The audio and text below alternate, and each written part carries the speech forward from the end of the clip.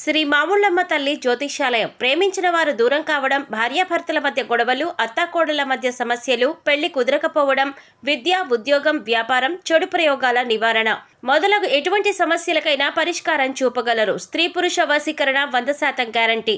విదేశాలలో ఉన్న వారికి వాట్సాప్ కాల్లో జాతకం చెప్పబడును. గురూజీ రామకృష్ణ శాస్త్రి. Cell number 9949667583. మంచి హస్తవాసి ఉన్న గురూజీ ఒకసారి కాల్ చేస్తే మీకే తెలుస్తుంది. ఓం శ్రీ మాత్రే నమః. ఛానల్లోకి స్వాగతం అండి. ఈ వీడియోలో మనం మీనరాశి వారికి ఏ విధంగా ఉండబోతుంది, అలాగే ఏ పేర్లతో ఉన్నవారు ఈ రాశి వారికి శత్రువులు, అలాగే ఏ రాశుల వారి వల్ల ఈ రాశి వారు ఇబ్బందులు ఎదుర్కొంటారు అనే ఆసక్తికరమైన విషయాలను ఈ వీడియోలో మనం వివరంగా తెలుసుకుందాం. కానీ అంతకంటే ముందుగా మీరు కనుక మన ఛానల్ని ఇప్పటివరకు సబ్స్క్రైబ్ చేసుకోకపోతే సబ్స్క్రైబ్ చేసుకొని పక్కనే ఉన్న బెల్ ఐకాన్ నొక్కి ఆల్ సెలెక్ట్ చేసుకుంటే మేము ఇలాంటి వీడియోస్ అప్లోడ్ చేయగానే ముందుగా మీకు నోటిఫికేషన్ వస్తుంది. అలాగే వీడియోని ఎక్కడా కూడా స్కిప్ చేయకుండా చివరి వరకు చూస్తేనే మేమేం చెబుతున్నామో మీకు పూర్తిగా అర్థమవుతుంది. ఇక వివరాల్లోకి వెళ్ళిపోతే, ఈ రాశివారు ముఖ్యంగా ఈ 3 పేర్లు ఉన్నవారితో చాలా జాగ్రత్తగా ఉండాలి. అలాగే 3 రాశుల వారు ఈ రాశివారికి అతిపెద్ద శత్రువులు అనే విషయాన్ని మీరు గమనించి వాళ్ళెవరో గుర్తించి వారితో మీరు జాగ్రత్తగా ఉండకపోతే జీవితంలో కష్టాలను ఎదుర్కోవలసి వస్తుంది. గ్రహాలు ఎంత అనుకూలంగా ఉన్నప్పటికీ కూడా ఈ రాశుల వారితో, అలాగే ఈ పేర్లు ఉన్నవారితో మీరు జాగ్రత్త పడకపోతే ఇటువంటి వారి నుంచి మీరు ప్రమాదాలు ఎదుర్కోవలసి వస్తుంది. ఎందుకంటే త్వరగా మీరు వారిని గుర్తించి దూరం పెట్టకపోతే మీరు చేసే ప్రతి పనిలో వారు ఆటంకాలు కలిగించటానికి సిద్ధంగా ఉంటారు. అయితే ఆ రాశివారెవరు, అలాగే వారు ఎటువంటి లక్షణాలను కలిగి ఉంటారో, వారు ఎటువంటి పనులు చేస్తారో అని మీతో ఎలా మాట్లాడతారు, వారి ప్రవర్తన ఎలా ఉంటుంది అనే విషయాలు మీరు పూర్తిగా తెలుసుకుంటే వారిని సులువుగా గుర్తించి వారిని మీ నుంచి దూరం పెట్టొచ్చు. అప్పుడు మీరు జీవితంలో ఎటువంటి ఆటంకాలు లేకుండా మంచి స్థాయికి చేరుకుంటారు. అయితే ఈ 3 పేర్లు ఉన్న వ్యక్తులెవరు, అలాగే ఈ 3 రాశుల వారు ఎవరు అనే విషయాలను వివరంగా తెలుసుకోవాలి. అంటే ఈ వీడియోని మీరు చివరి వరకు స్కిప్ చేయకుండా చూడండి. అప్పుడే మీకు పూర్తిగా అర్థమవుతుంది. ఈ రాశివారు ఎప్పుడూ కూడా ఉత్సాహంగా, ఉల్లాసంగా ఉంటారు. ఏ పని చేపట్టినా దాన్ని పూర్తి చేయాలి అని పట్టుదలను కలిగి ఉంటారు. ఈ రాశివారు ముక్కుసూటిగా మాట్లాడతారు. ఇక వీరికి అప్పగించిన పనిని చేసుకుంటూ పోతారు. అలాగే ఎవరి జోలికి వెళ్లరు. ఎక్కువగా చంచల మనస్తత్వాన్ని కలిగి ఉంటారు. అంటే స్థిరమైన ఆలోచన ఉండదు. వీరు ఇతరులతో నమ్మకంగా ఉంటారు. అలాగే ఎదుటి వాళ్లు కూడా మీతో అలాగే ఉండాలని అనుకుంటారు. కానీ మీరు ఊహించిన దానికంటే భిన్నంగా జరిగినప్పుడు, అంటే ఎవరైనా మోసం చేస్తారు అని తెలిస్తే మాత్రం మీరు చాలా ఆవేదనకి గురవుతారు. మానసికంగా చాలా బాధపడతారు. దీని కారణంగా అనేక సందర్భాల్లో ఈ రాశి వారికి ఎదురు దెబ్బలు తగులుతూ ఉంటాయి. అలాగే మీరు చాలా సున్నితంగా ఆలోచన చేస్తూ ఉంటారు. అంటే ప్రతి చిన్న విషయానికి కూడా ఎక్కువగా ఆలోచిస్తూ ఉంటారు. ఒక్క మాటలో చెప్పాలంటే మీరు చాలా సెన్సిటివ్గా ఉంటారు. చిన్న చిన్న విషయాలకి మనసుని కష్టపెట్టుకునే సందర్భాలు చాలా ఉంటాయి. ఇక్కడ ముఖ్యంగా మీరు తెలుసుకోవాల్సింది ఏంటంటే, ఇటువంటి సందర్భాల్లో, అంటే మనసు బాధపడిన సందర్భంలో కానీ, లేదా ఎక్కువగా మీకు కోపం వచ్చిన సందర్భాల్లో కానీ ఎటువంటి ముఖ్యమైన నిర్ణయాలను తీసుకోకూడదు. దీనివల్ల మీరు జీవితంలో కష్టాలను ఎదుర్కోవలసి వస్తుంది. ముఖ్యంగా ఈ రాశి వారికి మీ మంచితనమే మీకు శ్రీరామ రక్ష అని చెప్పొచ్చు. ఎందుకంటే మీరు ఎదుటివారు బాధపడుతుంటే మీరు చూడలేని మనస్తత్వాన్ని కలిగి ఉంటారు. ఇటువంటి మంచితనం మిమ్మల్ని ఎప్పుడూ కాపాడుతూ ఉంటుంది. కష్టాల్లో ఉన్నవారికి మీరు సహాయం చేయాలి అనే ఆలోచనని ఎక్కువగా కలిగి ఉంటారు. అలాగే సున్నితమైన మనసును కలిగి ఉంటారు. మీరు ఎవరిని ఒక మాట అనరు. అలాగే ఎదుటివారు మిమ్మల్ని ఏదైనా అంశంలో తూలనాడినా కూడా మీకు నచ్చదు.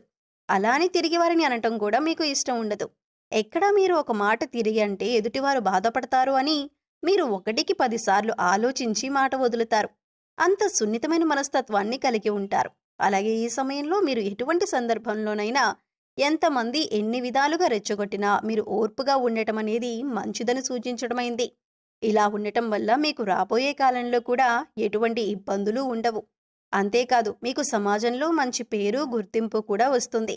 ఏదైనా నూతనంగా వ్యాపారం మొదలు పెట్టాలి అనుకున్నా కానీ, లేదా పెట్టుబడి పెట్టేటప్పుడు కానీ అనుభవజ్ఞుల సలహాలు తీసుకోండి.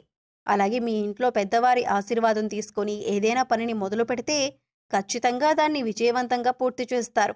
అలాగే ఏదైనా పని మొదలు పెడితే అది పూర్తయ్యేంత వరకు ఎవరికీ చెప్పకండి. ఇలా చెప్పకుండా ఉండటం వల్ల మీరు మొదలుపెట్టిన పనిలో సక్సెస్ రేట్ పెరుగుతుంది. ఎక్కడా కూడా డబ్బులు వృధాగా ఖర్చు చేయకుండా చూసుకోండి. ఏదైనా ఉపయోగకరమైన ఖర్చుకి మాత్రమే ప్లాన్ చేయండి. మిమ్మల్ని ఎదుటివారు వాళ్ళ అవసరానికి తగ్గట్టుగా వాడుకుంటూ ఉంటారు. అదే మీకు ఏదైనా పనిలో సాయం కావాలి అన్నప్పుడు ఎవరూ ముందుకు రారు. ఇక ధనం అప్పుగా ఇచ్చిన సందర్భాల్లో మీరు ఎవరికైనా డబ్బిస్తే అవి తిరిగి రావటం కష్టమనే చెప్పాలి. ఒక రకంగా అది మొండి బకాయిగా పడిపోతుంది తప్పితే అప్పిచ్చిన డబ్బులు మీకు తిరిగి రావు. కాబట్టి ఎవరికైనా డబ్బులిచ్చే విషయంలో చాలా జాగ్రత్తగా ఉండండి. ఇక మీరు ఎవరినీ కూడా గుడ్డిగా నమ్మకూడదు. మీకు ఏదైనా కష్టం వచ్చినప్పుడు ఎదుటివారితో చెప్పటం కంటే కూడా దేవుడి దగ్గర చెప్పుకోవటం చాలా మంచిది. ఎందుకంటే దేవుడి దగ్గర చెప్పుకోవటం వల్ల మీ కష్టం తీరేందుకు మార్గాలు మీకు దొరుకుతాయి. అంతేకాదు మీ కష్టాలను విన్న భగవంతుడు మీకు కష్టాలను వెనువెంటనే తీరుస్తాడు. ఎందుకంటే ఈ సమయంలో మీకు దైవబలం కూడా అండగా ఉంటుంది. ముఖ్యంగా మీరు మాత్రం ఈ సమయంలో మీలో ఉన్న నెగిటివ్ ఆలోచనలను తీసివేయవలసి ఉంటుంది. అంటే నేను ఈ పని చేయగలనా, నాకు ఈ ఉద్యోగం వస్తుందా, నేను ఎక్కువ డబ్బులు సంపాదిస్తానా, నేను ఎదుటి వాళ్ళకి నచ్చుతానా, ఇలాంటి ఆలోచనల నుంచి మీరు బయటకు రావాలి. అప్పుడే మీరు జీవితంలో అనుకున్నది సాధించగలుగుతారు. ఇక ఈ సమయంలో మీరు కొద్ది కాలం పాటు కన్య, వృశ్చిక అలాగే మిథున రాశి వారితో కొద్దిగా జాగ్రత్తగా ఉండాలి. అలాగే వీరితో ఎక్కువగా మీ పర్సనల్ విషయాలను షేర్ చేసుకోకుండా అవసరమైనంత వరకే మాట్లాడటానికి ప్రయత్నించండి. కొంతకాలం పాటు గ్రహస్థితులు మళ్ళీ అనుకూలంగా ఉన్నప్పుడు పరిస్థితులు చక్కబడతాయి. అలాగే ఈ సమయంలో మీరు కేపీ అండ్ కేహెచ్తో స్టార్ట్ అయ్యే పేర్లు ఎవరైతే ఉంటారో అటువంటి వారితో మీరు జాగ్రత్తగా ఉంటే సరిపోతుంది. అది మీ ఉద్యోగంలో కానీ, ఇరుగు పొరుగు వారు కానీ, స్నేహితులు కానీ కొద్దిగా వీరితో ఈ సమయంలో జాగ్రత్తగా ఉండండి. ఇక ఈ రాశివారు ఈ సమయంలో చేసుకోవలసిన దైవతారాధన చూసుకున్నట్లయితే మీరు ఎక్కువగా వినాయకుడిని ప్రార్థించవలసి ఉంటుంది.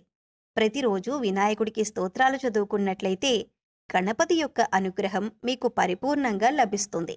మీరు చేపట్టిన ప్రతి పనిలో ఆటంకాలు లేకుండా పూర్తవుతాయి. ముఖ్యంగా ప్రతి బుధవారం వినాయకుడికి గరికను సమర్పించండి. మీకు వీలైతే గరికను మాలలాగా తయారు చేసి స్వామివారికి అలంకరించండి. అలాగే అనారోగ్య సమస్యలతో బాధపడేవారు సూర్యుడికి రోజూ ఉదయాన్నే నీటిని సమర్పించి ఆదిత్య హృదయ పారాయణం చేసుకోండి. ఇలా సూర్యుడికి నీళ్లను సమర్పించే సమయంలో మీకు దొరికితే ఆ నీళ్లల్లో ఒక ఎర్రటి పువ్వు, కొద్దిగా అక్షింతలు వేసి నీటిని సమర్పించండి. ఇక ఈ సమయంలో మీరు పాటించవలసిన పరిహారాలు చూసుకున్నట్లయితే ప్రతిరోజు కూడా రావి చెట్టుకు 16 ప్రదక్షిణలు చేయటానికి ప్రయత్నించండి. ఇలా చేయటం వల్ల మీలో ఉన్న నెగిటివిటీ తగ్గిపోతుంది. మీలో దైవశక్తి మరింత పెరుగుతుంది. సో చూశారు కదండి మీనరాశి వారి గురించి. అలాగే మీరు ఏ అక్షరంతో మొదలైన పేర్లు ఉన్నవారితో జాగ్రత్తగా ఉండాలి, అలాగే ఏ 3 రాశుల వారితో ఈ సమయంలో మీరు జాగ్రత్తగా ఉండాలి అనే అంశాలతో పాటుగా ఈ సమయంలో మీరు చేసుకోవలసిన దేవతారాధన అలాగే పాటించవలసిన పరిహారాల గురించి ఈ వీడియోలో మనం వివరంగా తెలుసుకున్నాం కదా. ఈ వీడియో మీకు నచ్చినట్లయితే లైక్ చేయండి. మీ ఫ్రెండ్స్ అండ్ ఫ్యామిలీ మెంబర్స్లో ఎవరైనా మీనరాశి వారు ఉన్నట్లయితే వారితో ఈ వీడియోను షేర్ చేసుకోవటం మర్చిపోకండి. అలాగే ఇప్పటి వరకు మన ఛానల్ని కనుక సబ్స్క్రైబ్ చేసుకోకపోతే సబ్స్క్రైబ్ చేసుకొని పక్కనే ఉన్న బెల్ ఐకాన్ నొక్కి ఆల్ సెలెక్ట్ చేసుకుంటే మేము ఇలాంటి వీడియోస్ అప్లోడ్ చేయగానే ముందుగా మీకు నోటిఫికేషన్ వస్తుంది. మరో చక్కటి వీడియోతో మళ్ళీ కలుద్దామండి. ఓం శ్రీ మాత్రే నమః.